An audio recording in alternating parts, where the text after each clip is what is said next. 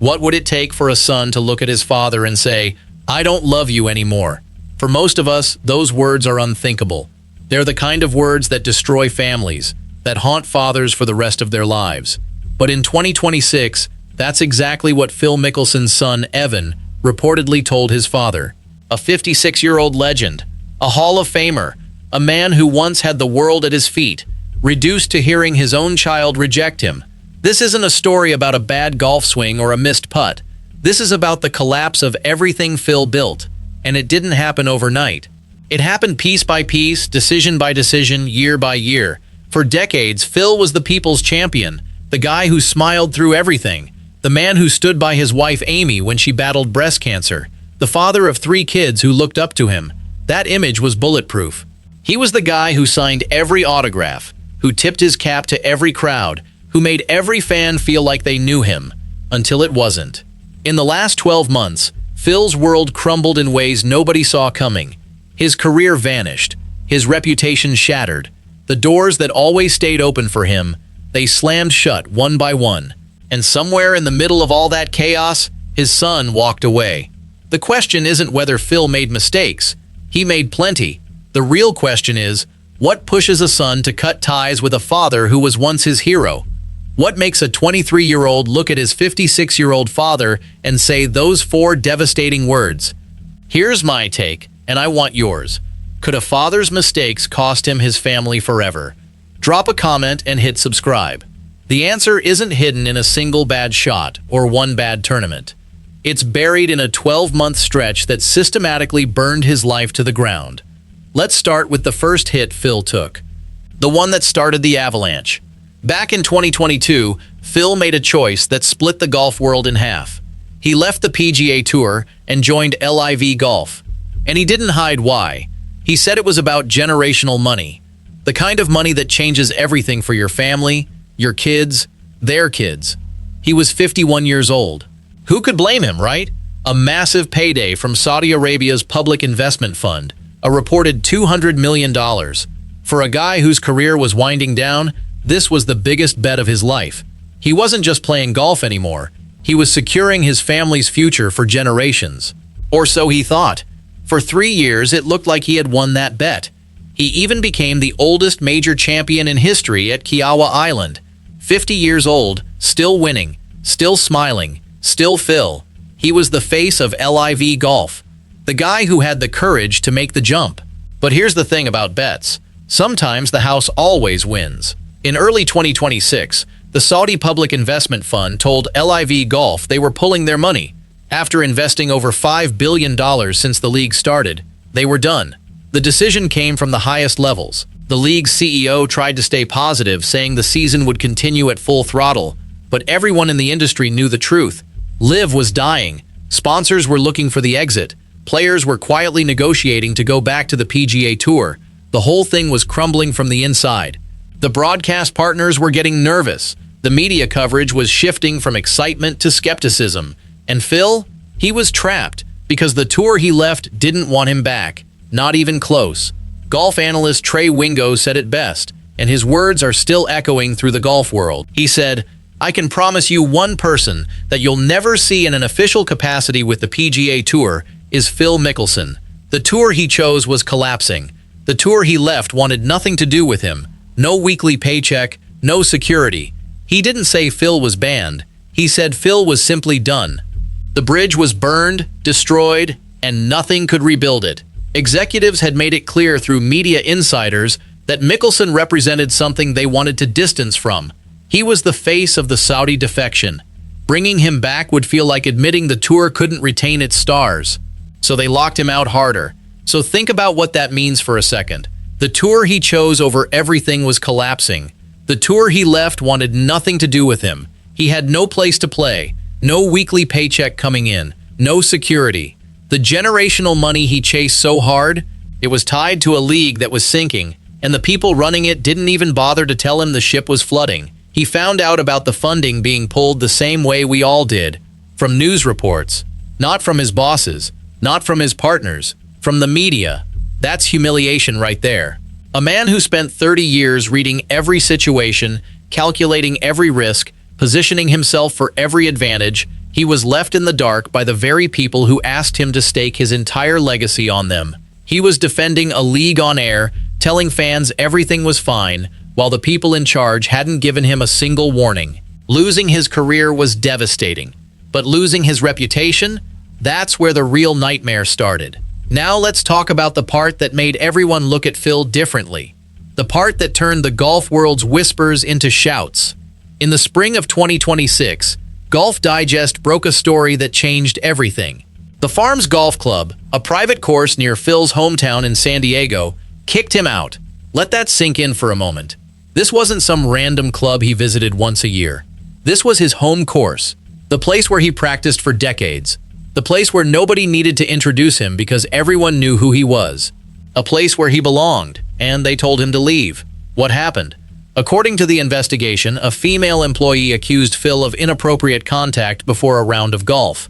The report said he approached her, made non-consensual, inappropriate physical contact, and she rejected him. She reported it to her supervisors. The club investigated, and when they confronted Phil, they told him to leave the premises, mid-round. He was on the course playing golf when they came to him. His lawyer said it was all a misunderstanding. He said Phil was tending to a family matter. But the club's statement was clear. They conducted an independent investigation and took what they called decisive action. Both sides confirmed the outcome. His membership was gone. The only disagreement was about what really happened. But losing a club membership is just the surface. The real damage is what came next. Because right around the same time, another story surfaced. This one involved Ashley Perez, the wife of fellow golfer Pat Perez. She publicly accused Phil of a different kind of misconduct. According to her, back in 2015, Phil showed her explicit photos of himself. He was 50 years old. She was 27. This wasn't a rumor floating around the locker room. This was an accusation made publicly, with her own voice. She said, "I will stand up and be counted with millions of women who have been silenced." The golf media had been respectful during his years at LIV, but suddenly, they had a fresh angle to explore. Think pieces appeared examining his career through a new lens. Podcasters who defended him started asking harder questions. The silence from some of his peers was deafening. Nobody accused him of being a bad person, but slowly, noticeably, he stopped being invited to certain events. Now, put yourself in Phil's shoes for a moment.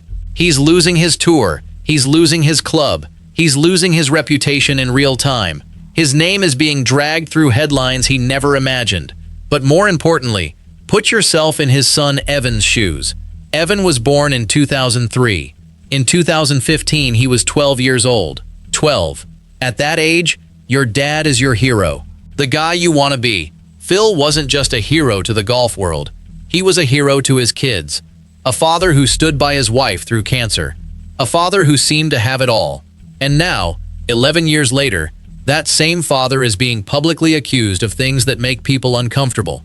Things that make fans shake their heads. Things that make the silence from his peers feel deafening. The infrastructure of Phil's professional and social standing, which had always felt permanent, began to show cracks. The world saw him as a villain, but behind closed doors, something far more personal was breaking. Now we get to the part that explains everything. The part that connects all the dots and finally answers the question you clicked for. Throughout 2026, Phil withdrew from major championship after major championship. He pulled out of the Masters. He skipped the PGA Championship. He didn't even try to qualify for the US Open at Shipnuck Hills. A man who spent his entire career chasing majors, a man with 6 runner-up finishes at the US Open, more than anyone in history, just stopped showing up. His reason? Family health matters. Nobody pushed back on that. Nobody questioned it. Family comes first, right? That's what we all believe. But here's where the story takes a turn that changes everything. Golf journalist Alan Shipnuck, the man who wrote Phil's biography and has followed his career closely, revealed something that the mainstream headlines missed. The family health issue that Phil kept citing? According to Shipnuck's reporting, it wasn't Phil who was sick, and it wasn't his wife Amy either. It was one of his children. Let that sink in for a moment. While Phil was withdrawing from tournaments and telling the world he needed to be with his family, the truth was even more painful. One of his kids was dealing with a serious health problem, and based on everything we know, that child was likely Evan, the same son who would later cut ties with him. Now think about the timing. Think about what was happening in Phil's life during this period. While his child was facing a health crisis, Phil was dealing with the collapse of LIV Golf, fighting off accusations of misconduct, getting kicked out of his home club, defending himself in the media, and watching his reputation crumble in real time. Where was his focus? Where was his attention? A child in a health crisis needs their father, not a distracted father, not a father consumed by legal battles and public relations nightmares. A present father, a supportive father, a father who puts everything else aside and shows up. And from what we can piece together, Phil didn't show up. Not the way Evan needed him to. Imagine being Evan in that moment. You're dealing with something terrifying, something that makes you feel vulnerable and scared. And your father, the man who was supposed to protect you, to be there for you, is everywhere except by your side. He's on TV defending himself. He's in the news fighting allegations. He's arguing with journalists and trying to save his career. But where is he when you need him? The silence must have been deafening. And here's the thing that makes this even more heartbreaking. This wasn't a single moment of failure. This was a pattern. For years, Phil had been making choices that put himself first. The LIV decision, the public comments about the Saudis, the gambling, the scandals. Each one was a small crack in the foundation of who Evan thought his father was. The words, "I don't love you anymore," weren't a sudden explosion. They were the quiet echo of years of watching his father choose the world over his own blood. Evan looked at his father and saw someone who had chosen money over loyalty, who had chosen ego over integrity, who had chosen reputation over family. And in the moment when Evan needed him most, Phil chose everything else.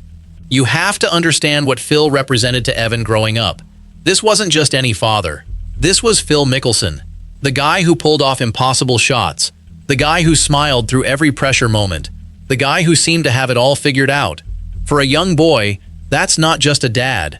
That's a superhero, and superheroes don't fall. They don't disappoint. They don't let you down when you need them most. But Phil fell. He fell hard, and Evan was there to watch it all happen. The saddest irony is that Phil built his entire career on risk. That same mentality is what destroyed his family.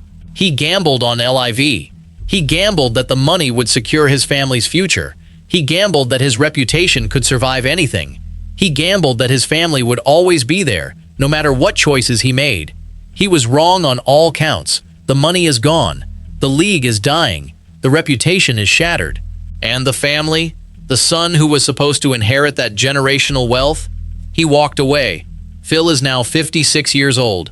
He has his master's exemption for life. He can play at Augusta whenever he wants. But what does that matter when your own son won't speak to you? He can't go back to the PGA Tour. The bridge is burned. He can't go back to the farms. The door is closed. He can't undo the allegations, the scandals, the public humiliation. But the one thing he might have been able to save, his relationship with his children, that slipped through his fingers while he was busy fighting everything else. He built a career on impossible comebacks. But this isn't a golf course, and the scorecard he's looking at now doesn't have a back nine. There's no second chance here, no mulligan, no one more shot to make things right. A son walked away, and Phil is left with the silence. Think about what that silence must feel like. After 30 years in the spotlight, after thousands of fans cheering his name, after millions of dollars and dozens of victories, now he sits in a quiet room, and his phone doesn't ring. His son doesn't call. His son doesn't visit. His son doesn't want to hear his voice. That's the ultimate loss for a father. Not money, not trophies, not even reputation. It's the loss of the people who were supposed to be there long after the golf career ended. Phil spent his whole life gambling. He gambled on shots. He gambled on contracts. He gambled on tours. And for a long time, he won. But the final gamble, the one that said, "My family will always be there no matter what," that's the one he lost. And unlike a bad shot on the 18th hole, there's no tournament next week to make up for it. There's no redemption arc waiting around the corner. There's just a 56-year-old man who has to live with the knowledge that his son told him, "I don't love you anymore." Unlike a bad shot on the 18th, there's no tournament next week to make up for it. So here's the question that haunts this whole story. Here's my take, and I really want yours. Do you think a father can ever come back from this? Drop your thoughts below and subscribe for more stories that go beyond the scorecard. Phil Mickelson won everything in golf. He won majors, He won hearts, he won fans.